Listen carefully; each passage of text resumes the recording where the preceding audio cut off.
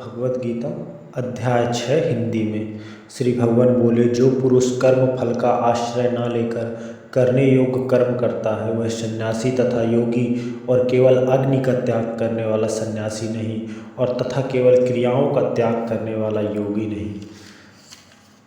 हे अर्जुन, जिसको सन्यास ऐसा कहते हैं उसी को तू योग जान, क्योंकि संकल्पों का त्याग न करने वाला कोई भी पुरुष योगी नहीं होता है।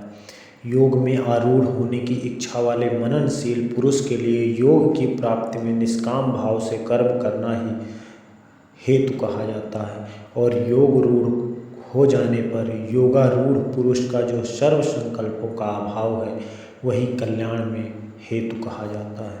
जिस काल में ना तो इंद्रियों के भोगों में और ना कर्मों में ही आसक्त होता है, उस काल में सर्व संकल्पों का त्यागी पुरुष योगारूढ़ कहा जाता है।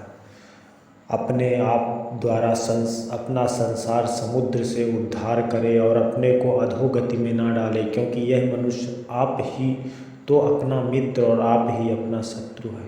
अगर आप अच्छे विचारों और श्रीमद् भगवत गीता में बताए गए मार्ग का अनुसरण करते हैं और परम सिद्धि को प्राप्त करते हैं तो आप अपने मित्र समान होते हैं। जिस जीवात्मा द्वारा मन और इंद्रियों सहित शरीर जीता हुआ है उसी जीवात्मा का तो वह आप ही मित्र है, और जिसके द्वारा मन तथा इंद्रियों सहित शरीर नहीं जीता गया है उसके लिए वह आप ही शत्रु सदृश शत्रुता में बरतता है। अर्थात आप अपने मित्र और शत्रु हो सकते हैं। अगर आप इंद्रियों को अपने वश में नहीं रखते हैं तो आप खुद के शत्रु हो जाते हैं, और इंद्रियों को वश में नहीं रखते हैं तो आप खुद के शत्रु हो जाते हैं, और इंद्रियों को वश में करते हैं तो आप खुद के मित्र हो जाते हैं। सर्दी गर्मी और सुख दुखादि में तथा मान और अपमान में जिनके अंतःकरण की वृत्तियाँ भली भांति शांत है, किसी भी परिस्थिति में अगर आप शांत रहते हैं, ऐसे स्वाधीन आत्मा वाले पुरुष के ज्ञान में सच्चिदानंद घन परमात्मा सम्यक प्रकार से स्थित हैं, अर्थात उसके ज्ञान में परमात्मा के सिवा अन्य कुछ नहीं है। अगर आप सर्दी गर्मी सुख दुख मान अपमान में अंतःकरण की वृत्तियों को शांत रखते हैं तो आप स्वयं परमात्मा स्वरूप हैं। आप स्वयं सर्व संपन्न हुए हैं, जिसका अंतःकरण ज्ञान विज्ञान से तप्त है, जिसकी स्थिति विकार रहित है, जिसकी इंद्रियां भली भांति जीती हुई हैं और जिसके लिए मिट्टी पत्थर सुवर्ण समान है, वह योगी युक्त अर्थात भगवत प्राप्त ऐसे कहा जाता है। अर्थात आपके सामने स्वर्ण मिट्टी कुछ भी रहे, आपको उससे कोई फर्क ना पड़े। अंतःकरण से इस प्रकार शांत चित्त आप जिस दिन हो जाएंगे तो आप भगवत या भगवत प्राप्त कहलाएंगे। सुहृद मित्र वैरी उदासीन मध्यस्थ द्वेष और बंधुगणों में धर्मात्माओं में पापियों में भी समान भाव रखने वाला अत्यंत श्रेष्ठ है। सबके प्रति समान भाव रखने वाला भी श्रेष्ठ ही माना गया है। स्वार्थ रहित सबका हित करने वाला, पक्षपात रहित दोनों ओर की भलाई चाहने वाला। अर्थात यहाँ पे देखते हैं सुहृद का मतलब है स्वार्थ रहित सबका हित रखने वाला, और उदासीन का मतलब है पक्षपात रहित, और मध्यस्थ का मतलब है दोनों ओर की भलाई चाहने वाला। मन और इंद्रियों सहित शरीर को वश में रखने वाला, आशा रहित और संग्रह रहित योगी अकेला ही एकांत स्थान में स्थिर होकर आत्मा को निरंतर परमात्मा में लगावे। शुद्ध भूमि में जिसके ऊपर क्रमशः कुशा मृगछाला और वस्त्र बिछे हों, जो न बहुत ऊंचा है और न बहुत नीचा, ऐसे अपने आसन को स्थिर स्थापन करके उस आसन पर बैठकर चित्त और इंद्रियों की क्रियाओं को वश में रखते हुए मन को एकाग्र करके अंतःकरण की शुद्धि के लिए योग का अभ्यास करें। काया सिर और गले को समान एवं अचल धारण करके और स्थिर होकर अपनी नासिका के अग्रभाग पर दृष्टि जमा कर दिशाओं को न देखता हुआ ब्रह्मचारी के व्रत में स्थित भय रहित एवं भली भांति शांत अंतःकरण वाला सावधान योगी मन को रोक कर मुझ में चित्त वाला और मेरे परायण होकर स्थित हुए। वश में किए हुए मन वाला योगी इस प्रकार आत्मा को निरंतर मुझ परमेश्वर के स्वरूप में लगाता हुआ मुझ में रहने वाली परम आनंद की पराकाष्ठा रूप शांति को प्राप्त होता है। हे अर्जुन, यह योग ना तो बहुत खाने वाले का, ना बिल्कुल ना खाने वाले का, ना बहुत सहन करने के स्वभाव वाले का, और ना सदा जागने वाले का ही सिद्ध होता है। दुखों का नाश करने वाला योग तो यथा योग आहार विहार करने वाले का, कर्मों में यथा योग चेष्टा करने वाले का, और यथा योग सोने तथा जागने वाले का ही सिद्ध होता है। अतः सब परिस्थिति में आप यथा योग्य साबित होते हैं, तभी आप योगी कहलाते हैं। अंतत वश में किया हुआ चित्त जिस काल में परमात्मा में भी भली भांति स्थित होता है, उस काल में संपूर्ण भोगों से स्पर्श रहित पुरुष योग युक्त है, ऐसा कहा जाता है। जिस प्रकार वायु रहित स्थान में स्थित दीपक चलायमान नहीं होता, वैसे ही उपमा परमात्मा के ध्यान में लगे हुए योगी के जीते हुए चित्त की कही गई है। जिस प्रकार वायु रहित स्थान में स्थित दीपक चलायमान नहीं होता है, वैसे ही उपमा परमात्मा के ध्यान में लगे हुए योगी के जीते हुए चित्त की कही गई है।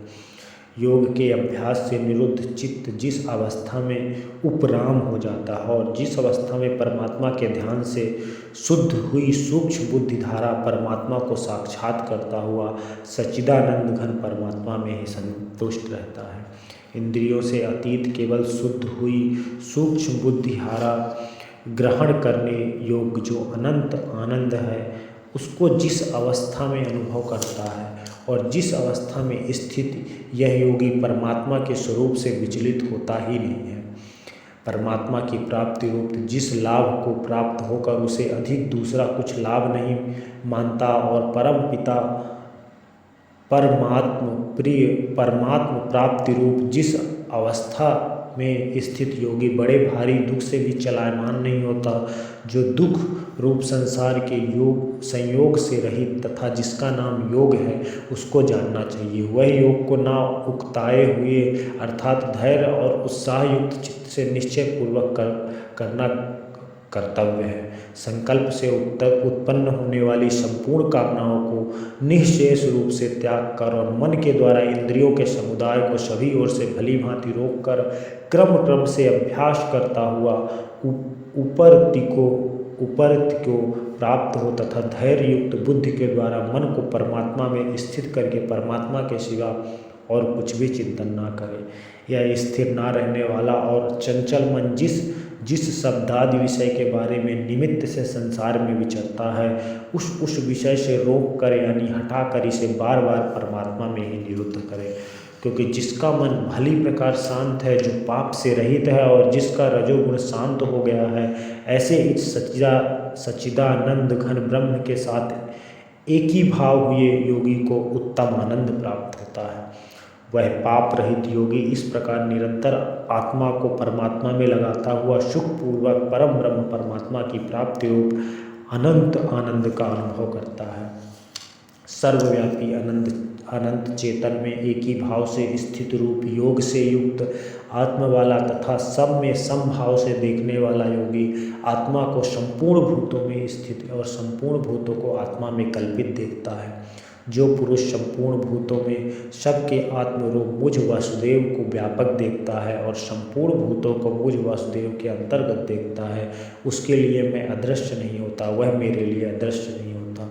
जो पुरुष एकाकी भाव में स्थित होकर संपूर्ण भूतों में आत्मरूप से स्थित मुझ सच्चिदानंद घन वासुदेव को भजता है, वह योगी सब प्रकार से बरतता हुआ भी मुझ में ही बरतता है। हे अर्जुन, जो योगी अपनी भांति संपूर्ण भूतों में सम देखता है, सुख अथवा दुख को भी सब में सम देखता है, वह योगी परम श्रेष्ठ माना गया है।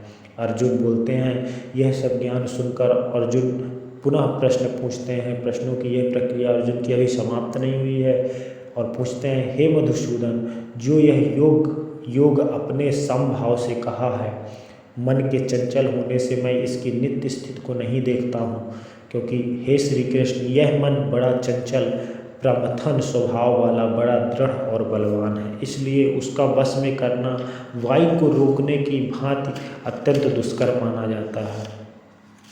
यहाँ पे अर्जुन कौतूहलवश पूछते हैं श्री कृष्ण के कि मन को, इस चंचल मन को अपने वश में करना बहुत ही विकट माना जाता है, तो इसको वश में करना क्या इतना आसान है? श्री भगवान बोले, हे महाभाव, निसंदेह मन चंचल और कठिनता से वश में होने वाला है, परंतु हे कुंती पुत्र अर्जुन, यह अभ्यास और वैराग्य से वश में होता है। जिसका मन वश में किया हुआ नहीं है, ऐसे पुरुष द्वारा योग दुष्प्राप्य है, और वश में किए हुए मन वाले प्रयत्नशील पुरुष द्वारा साधन से उसका प्राप्त होना सहज है। यह मेरा मत है। भगवान कहते हैं कि मन वश में तभी हो सकता है जब आप कठिन योग, वैराग्य, मन को शांत कर लालच और कामनाओं को, इंद्रियों को, इन सब को जीत लेते हैं। अर्जुन बोले, हे श्री कृष्ण, जो योग में श्रद्धा रखने वाला है किंतु संयमी नहीं है, इस कारण जिसका मन अंत काल में योग से विचलित हो गया है, ऐसा साधक योग की सिद्धि को अर्थात भगवत साक्षात को न प्राप्त होकर किस गति को प्राप्त होता है। हे महाबाहो, क्या भगवत प्राप्ति के मार्ग में मोहित और आश्रय रहित पुरुष छिन्न भिन्न बादल की भांति दोनों ओर से भ्रष्ट होकर नष्ट तो नहीं हो जाता है। हे श्री कृष्ण, मेरे इस संशय को संपूर्ण रूप से छेदन करने के लिए आप ही योग्य हैं, क्योंकि आपके सिवा दूसरा इस संशय का छेदन करने वाला मिलना संभव नहीं है।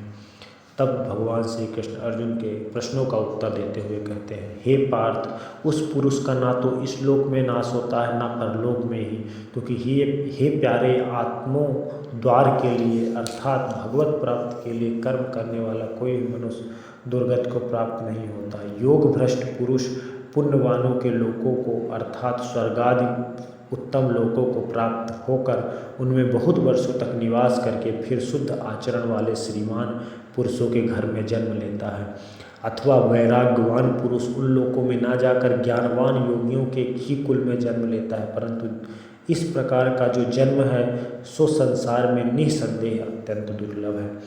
वहाँ उस पहले शरीर में संग्रह किए हुए बुद्धि संयोग को अर्थात सम बुद्धि रूप योग के संस्कारों को अनायास ही प्राप्त होता है। और हे कुरुनंदन, उसके प्रभाव से वह फिर परमात्मा की प्राप्ति रूप सिद्धि के लिए पहले से भी बढ़कर प्रयत्न करता है। वह श्रीमानों के घर में जन्म लेने वाला योग भ्रष्ट पराधीन हुआ भी उस पहले के अभ्यास से ही निसंदेह भगवान की ओर आकर्षित किया जाता है, तथा समबुद्धि रूप योग का जिज्ञासु भी वेद में कहे हुए सकाम कर्मों के फलों को उल्लंघन कर जाता है। परंतु प्रयत्न पूर्वक अभ्यास करने वाला योगी तो पिछले अनेक जन्मों के संस्कार बल से इसी जन्म में ससिद्ध होकर संपूर्ण पापों से रहित होकर फिर तत्काल परम गति को प्राप्त हो जाता है। योगी तपस्वियों से श्रेष्ठ हैं, शास्त्र ज्ञानियों से भी श्रेष्ठ माना गया है, और सकाम कर्म करने वालों से भी योगी श्रेष्ठ है। इसलिए हे अर्जुन, तू योगी हो। अर्जुन को समझाते हुए कहते हैं कि अर्जुन क्या कर रहे हो, योगी बनो, इन सब बंधनों में क्यों बंधे हुए हो कि कौन अपना है कौन पराया है, क्या लालच है, इन सब बंधनों से मुक्त होकर तुम योगी बनो अर्जुन। ऐसा युद्ध की प्रेरणा देते हुए भगवान अर्जुन को समझाते हुए कहते हैं, संपूर्ण योगियों में जो भी श्रद्धावान योगी मुझ में लगे हुए अंतरात्मा से मुझको निरंतर बसता है, वह योगी मुझे परम श्रेष्ठ मान्य है। भगवान कहते हैं कि जो योगी मुझ में अर्थात संसार की वृत्तियों, संसार के कुप्रभावों, इंद्रियों को ना वश में करने की क्षमता से दूर होकर इंद्रियों को अपने बस में कर लेता है, यही भगवान को भजना हुआ। अगर इन सब कर्मों की आप प्राप्ति कर लेते हैं तो परम परमात्मा को प्राप्त करना इसे ही कहा गया है। अर्थात क्रोध, लोभ, मोह ये सब छोड़कर आप परम परमात्मा को पा सकते हैं। ये भगवत गीता का 6वां अध्याय समाप्त होता है। अगले वीडियो में हम 7वें अध्याय को देखेंगे। धन्यवाद।